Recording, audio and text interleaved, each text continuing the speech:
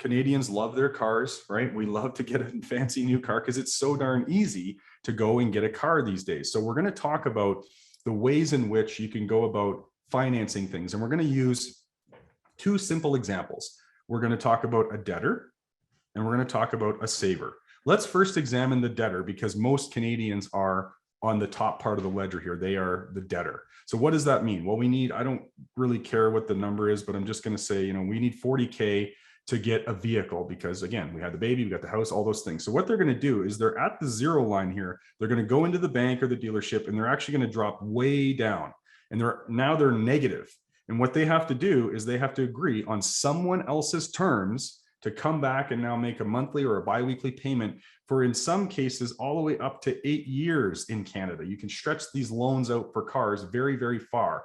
So now you're making payments and you're working hard, blood, sweat, and tears, and you're watching those $299.37 biweekly payments come out of your bank account. And every time it happens, it just reminds you that someone else is getting the money.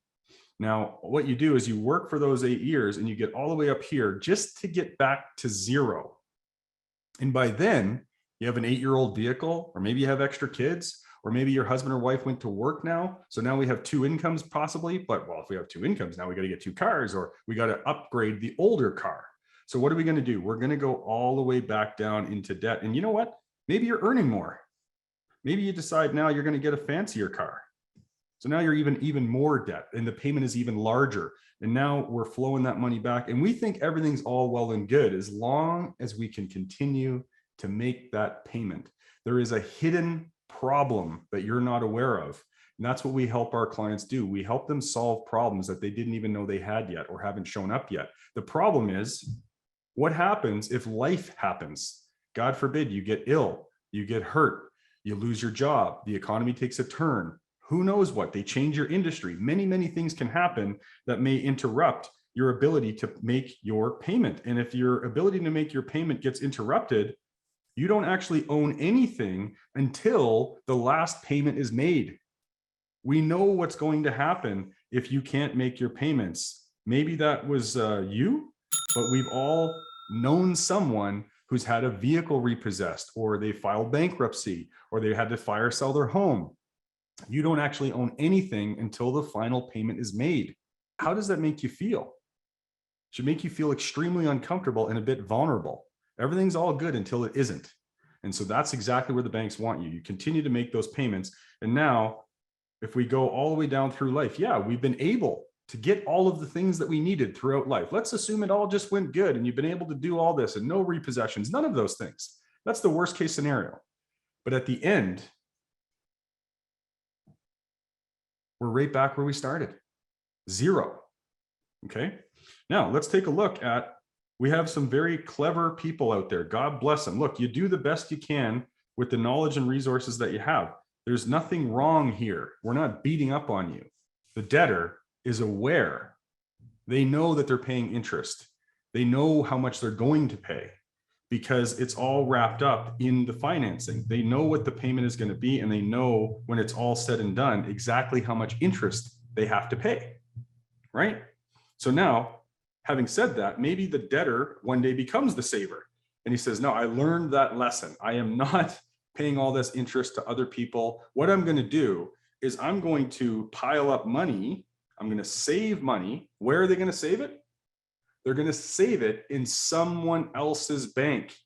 So the bank is going to have use and control over that money, lending it out and multiplying it, turning that inventory over for however many years or it takes for you to achieve the objective to get to your, whatever that number is, 30 or 40K or 10K or whatever the large expense that you have, the objective that you want to solve, there's a cost associated with it. And they're going to pile up money in someone else's bank. And if I mirror this for a moment, doesn't that piling up of money, those deposits, doesn't that look an awful lot like a payment? So one of the things that the saver says, well, I want to avoid payments. Well, that looks like a payment to me. You're actually making a payment. It's just in the form of a savings deposit in someone else's bank, right? And now, just so that the problem or the opportunity can show up, and now you need to solve that problem, and you're going to drain that bank down to zero, just so that you can get the car. So now you have the car, but someone else has all of your money and it's been permanently transferred away from you forever. You're never going to get it back.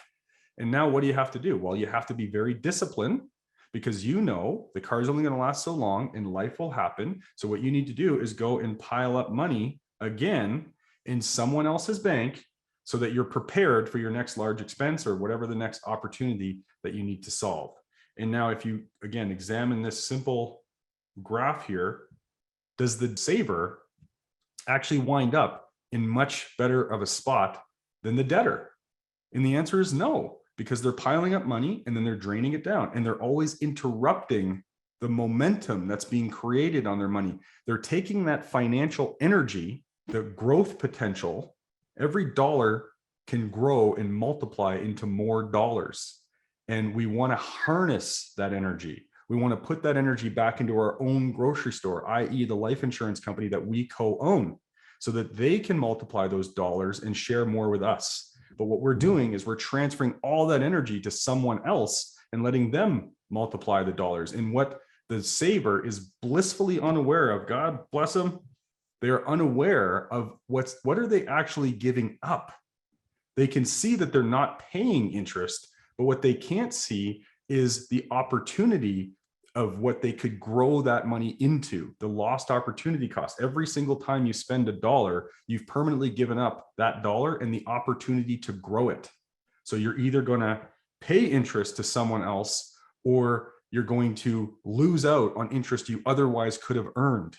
And at the end of the day, both methods are a permanent transfer of money away from you and your family, a permanent transfer away, and you're allowing somebody else to harness that energy and put it to work.